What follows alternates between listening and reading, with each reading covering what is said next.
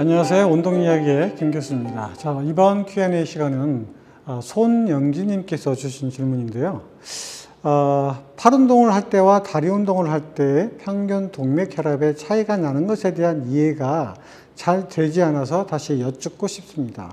팔 운동을 할 때는 왜 세동맥의 혈압이 늘어나고 다리 운동을 할 때는 왜 세동맥의 혈압이 낮아지는지 알려주세요. 이게 첫 번째 질문이고요.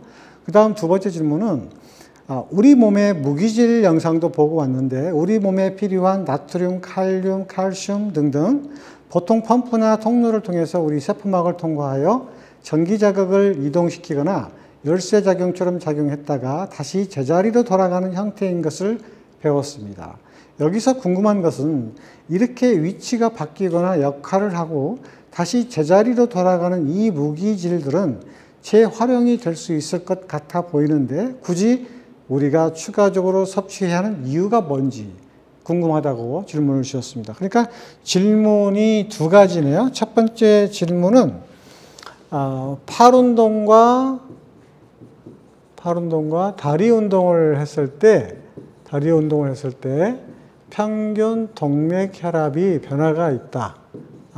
평균 동맥 혈압이 변화가 있는데 왜 세동맥의 압에 있어서 차이가 있느냐? 즉, 왜 팔 운동을 할 때는 세동맥의 압이 높아지고 그 다음에 다리 운동을 할 때는 왜 낮아지는지 결국 결론적으로 말하면 평균 동맥 혈압에 왜 영향을 주는지 이게 이제 첫 번째 질문이잖아요.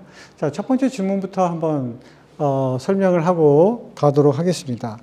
보통 팔 운동과 다리 운동을 할 때 우리가 이제 혈압 같은 것을 측정을 하게 되면 혈압이 어떻게 되냐면 팔 운동을 할 때보다 다리 운동을 할 때보다 팔 운동을 할 때 뭐가 높아져요? 혈압이라는 것이 굉장히 높아진다. 그러면 왜 팔 운동할 때 다리 운동보다 혈압이 높아지느냐? 이런 그 현상이죠. 이걸 저희가 이제 학생들한테 물어보면 학생들은 뭐라고 얘기하냐면 팔이 다리보다 심장에 가깝게 있기 때문에 높아지는 거 아닐까요? 이 질문이 거의 한 99% 정도 됩니다. 그러니까 막연하게 이제 심장하고 가깝기 때문에 그렇게 생각한다는 거죠. 근데 하지만 그런 이유는 아니고요. 우리가 전체적으로 체순환이라는 것을 좀 보면, 자, 어떻게 되죠? 심장에서 출발을 해서 세동맥으로, 그렇죠? 세동맥에서 모세혈관으로 이렇게 이어지거든요. 그러면 여기 심장이라고 하는 이 펌프에서 강한 압축에 의해서 뿜어져 나가는 거죠. 그래서 심장에서 가장 큰 압력을 받는 것은 대동맥과 그리고 폐동맥이 가장 큰 영향을 받겠죠. 그러면 체순환 쪽으로 가는 거니까 폐동맥에서 가장 큰 압력을 받을 거예요. 자, 그러면 세동맥으로 갈수록 압력이 줄어들겠죠. 그래서 모세혈관에서는 거의 압력이 제로 상태가 되는 현상을 우리가 보통 순환에 의한 그 압력의 변화라고 이렇게 얘기를 합니다. 자, 그러면 팔 운동할 때는 왜 세동맥의 압이 증가하고 다리 운동을 할 때는 왜 세동맥의 압이 떨어지느냐? 지금 이게 궁금하다고 하셨는데 이런 거예요. 우리가 혈액순환이라는 것이 원활하게 잘 이루어지면 혈압이 어떻게 되겠어요? 혈압이 정상적으로 120에 80이라는 것을 유지하게 되겠죠. 자, 하지만 혈압이 돌다가 어디 부분이 좁아졌거나 어디 부분이 막힌다고 생각을 해보세요. 그러면 어떻게 되죠? 혈압이 잘 돌다가 막힌 부분에서는 어떻게 돼요? 혈류에 뭐가 생기죠? 저항이라는 게 생겨요. 저항. 이 저항이라는 것은 혈관이 좁아졌거나 혈관에 플러그가 꼈거나 관상동맥이 생겼거나 어떤 여러 가지 이유에 의해서 저항이라는 것이 생기는 건데 이 저항이라는 것이 생기려면 어떻게 되냐면 혈압이 올라가게 되는 거예요. 140에 80 이렇게 올라가게 돼요. 따라서 여기서 잘 보세요. 우리가 팔 운동이라는 것은 굉장히 국부적인 운동이잖아요. 팔만 가지고 하는 거잖아요. 그렇죠? 자, 팔 운동에 비해서 그러면 다리 운동은 어떻게 될까요? 다리 운동이라는 것은 전신이 어느 정도 움직이는 다리 운동이라고 생각을 하면 돼요. 그러니까 국부적인 운동보다 온몸을 쓰는 운동일 때 뭐가 더 잘 이루어지냐면 혈액순환이 잘 이루어지는 거죠. 그래서 팔 운동을 할 때는 이와 같이 팔만 움직이기 때문에 다른 쪽으로 혈액순환이 잘 안 이루어진다고 보는 거예요. 그래서 뭐가 많이 생기냐면 모세혈관까지 가기 전에 저항이라는 것들이 생기게 되는 거예요. 이런 저항 때문에 뭐가 안 돼요? 혈액순환이 안 돼서 즉 팔 운동에 뭐가 증가해요?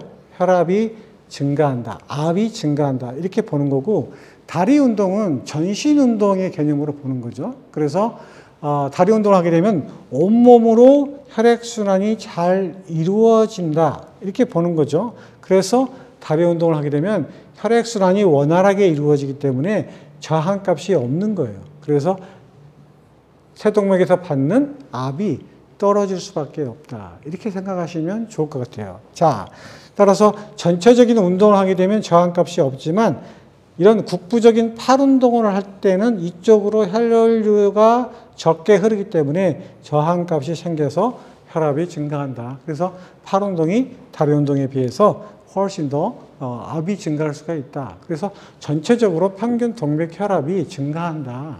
이렇게 보는 거고 팔 운동을 할 때, 다리 운동을 할 때 혈압을 측정하면 누가 더 높다? 당연히 팔 운동할 때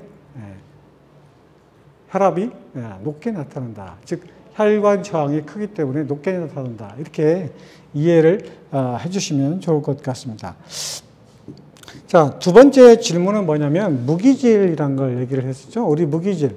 우리 몸에는 나트륨 이온도 있고 칼륨 이온도 있고 그 다음에 뭐 칼슘 이온도 있고 염소도 있고 많은 것들이 있죠.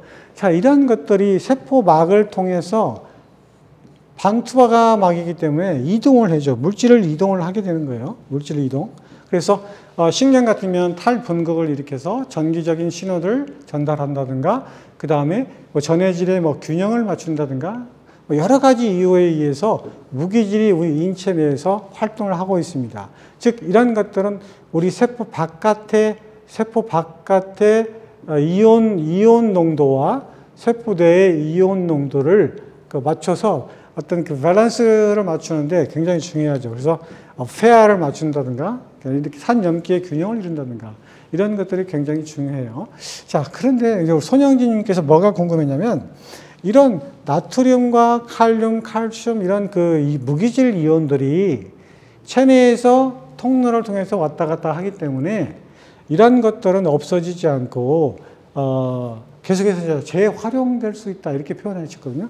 재활용될 수 있는데 왜 우리가 굳이 또 이렇게 외부적으로 음식물을 통해서 이런 무기질을 섭취를 해야 되는지 이게 이제 굉장히 궁금하다라고 말씀을 하셨습니다. 자, 어떻게 보면 이론적으로 보면 이것이 왔다 갔다 하니까 이것을 계속해서 재활용하면 되는 건데 우리가 굳이 뭐 바나나를 뭐 섭취한다든가 뭐 야채를 섭취한다든가 이와 같은 무기질을 외부적으로 할 필요가 있을까라고 생각할 수가 있어요. 하지만 그렇지 않습니다. 왜냐하면 이런 무기질은 우리 인체 내에 고정되어 있는 물질이 아니에요. 예를 들면 가장 대표적인 것이 뭐죠? 스웨트, 땀이라는 거 있잖아요. 땀. 우리가 운동을 하게 되면 땀이라는 것이 배출이 되죠.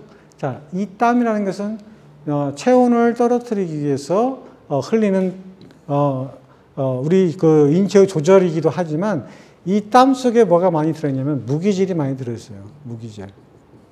그래서 운동을 많이 하게 되면 이러한 무기질들이 땀을 통해서 체외로 배출되는 경우가 상당히 많이 있습니다. 그러니까 운동을 하거나 땀을 많이 흘리거나 또는 뭐 사우나에 가서 땀을 흘리거나 뭐 식은 땀을 흘리거나 어쨌든 이런 땀 종류에는 우리 인체에 무기질이 많이 포함되어 있거든요. 그래서 무기질의 손실이 있다. 이 첫 번째고요. 두 번째, 땀은 아니지만 우리가 가만히 하루를 생활하다 보면 몸에서 발한이라는 게 일어나요. 발한이라는 것은 잘 아시겠지만 수증기가 이제 기화되는 현상을 일컬은 거죠. 그래서 이 발한하는 데에서도 무기질이 분비가 된다, 소비가 된다. 그 다음에 또 뭐죠? 세 번째는 소변. 우리가 소변을 볼 때 이 소변 속에 이런 무기질들이 빠져나가게끔 되어 있어요. 그래서 이런 무기질이라는 것은 여러 가지 이유로 우리 몸에 빠져나가기도 하고 부족한 현상도 생기게 돼요. 그래서 우리가 이런 것들을 방지하기 위해서 무기질 같은 것도 섭취를 하게 되는 거죠. 특별히 이제 운동선수들 같은 경우는 이 땀에 의한 손실이 굉장히 많거든요. 그래서 운동선수들이 특별하게 뭐 칼슘제를 섭취를 한다든가, 그 다음에 뭐 칼륨을 뭐 섭취를 한다든가, 또 운동선수들이 뭐죠? 소금 같은 거 여름에 섭취를 좀 하잖아요. 땀을 많이 흘렸을 때. 그건 다 뭐예요? 무기질을 손실하기 때문에 땀 손실에 의한 무기질 손실에 의한 보충을 하기 위해서 그런 걸 섭취하는 거고요. 또 이런 그 현상들을 이렇게 땀을 무기질을 소비하는 현상들이 있기 때문에 우리가 흔히 말하는 스포츠 음료라는 거 있잖아요. 스포츠 음료 같은 것들을 운동선수들이 보통 섭취하는 이유가 이러한 무기질 보충도 한 몫을 하고 있기 때문에 섭취를 하는 목적이 있다. 이렇게 아시면 좋을 것 같습니다. 자, 궁금하셨던 무기질을 재활용할 수 있는 방법, 재활용이 다 된다면 얼마나 좋겠어요. 하지만 우리 몸은 그렇게 되어 있지 않기 때문에 추가적으로 무기질을 계속해서 섭취할 수밖에 없다. 이렇게 알아두시면 좋을 것 같습니다. 자, 오늘 손현웅 영진님께서 주셨던 2가지 질문에 대해서 영상으로 답변을 만들었습니다. 다음 영상까지 안녕히 계세요.